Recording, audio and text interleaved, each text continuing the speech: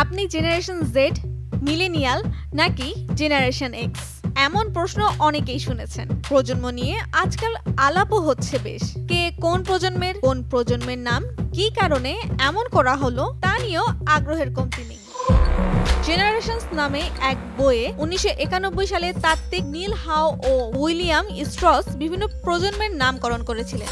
চলুন জেনে নেওয়া যাক বিভিন্ন প্রজন্মের কথা।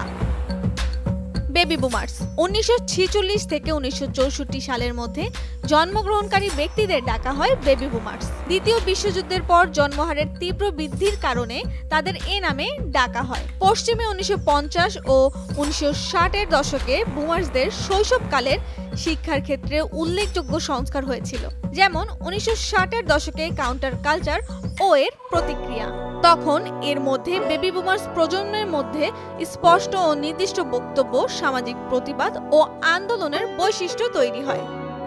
জেনারেশন এক্স 1965 থেকে 1980 সালের মধ্যে জন্মগ্রহণকারী ব্যক্তিদের জেনারেশন এক্স বলা হয়। জেনারেশন এক্স সরাসরি বেবি বুমার্স প্রজন্মকে অনুসরণ করে। আবার এর আগের প্রজন্ম বেবি বুমার্স ও পরে জেনারেশন ওয়াই এর মাঝখানে পড়ে যাওয়ায় তাদেরকে স্যান্ডউইচও বলা হয়। এছাড়া জেনারেশন এক্স এর বৈশিষ্ট্য বুমার্সদের মতো, কেননা এ সময় বৈশ্বিক রাজনীতি, অর্থনীতি ও ইতিহাসে খুব একটা রদবদল ঘটেনি। এখন আসা যাক জেনারেশন এক্স এর নাম কিভাবে এলো।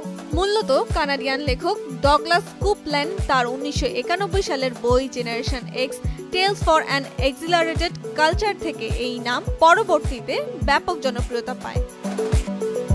জেনারেশন ওয়াই বা মিলেনিয়াল বর্তমানে যাদের বয়স 28 থেকে 43 বছর, অর্থাৎ যাদের জন্ম 1981 থেকে 1996 সালের মধ্যে, তারা জেনারেশন ওয়াই বা মিলেনিয়াল।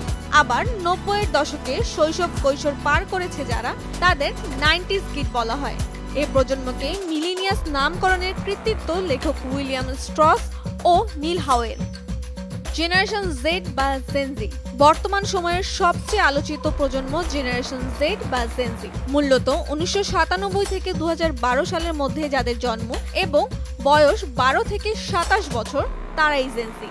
তাদের মা বাবারা মূলত জেনারেশন এক্স ও মিলেনিয়াল। জেনজি ও মিলেনিয়ালদের মধ্যে মিল রয়েছে যে বৈশিষ্ট্যে, তা হলো দুই প্রজন্মের তরুণরাই ফোন কলে সাড়া দেন না। এছাড়া 2011 সালের দিকে তথ্য উপাত্ত বিশ্লেষণ করে দেখা যায় এ প্রজন্মের সদস্যরা প্রথম স্মার্টফোনের সঙ্গে তাদের বয়সন্ধিকাল কাটিয়েছে। যেহেতু তারা জেনারেশন ওয়াই পরবর্তী সময়ে জন্মেছে, তাই তাদের ডাকা হয় জেনারেশন জেড বা জেনজি। জেনারেশন আলফা 2012 থেকে 24 সালের মধ্যে জন্ম, তাদের জেনারেশন আলফা বলা হয়। এই নাম দিয়েছেন সামাজিক বিশ্লেষক ও জনসংখ্যাবিদ মার্ক ম্যাকক্লিন্ডল। আবার কিছু গবেষক জেনারেশন আলফাকে জেনারেশন সি বা জেনারেশন কোভিড হিসেবেও উল্লেখ করেছেন, কারণ তারাই প্রথম প্রজন্ম হবে যারা কোভিড-19 মহামারী এবং এর প্রতিক্রিয়া ধারা স্পর্শ করা একটি বিশ্বের ব্যাপকভাবে বা সম্পূর্ণভাবে বেড়ে উঠবে। তাদের বর্তমান বয়স 0 থেকে 12 বছর। এছাড়া আলফা পরবর্তী প্রজন্মগুলোর নাম হতে পারে বিটা, গামা ইত্যাদি। এমন ভিডিও দেখতে ভিজিট করুন prothomalo.com/video, ফলো করুন প্রথম আলোর ফেসবুক পেজ এবং সাবস্ক্রাইব করুন প্রথম আলোর সবগুলো ইউটিউব চ্যানেল। থাকুন ভালোর সাথে, আলোর পথে।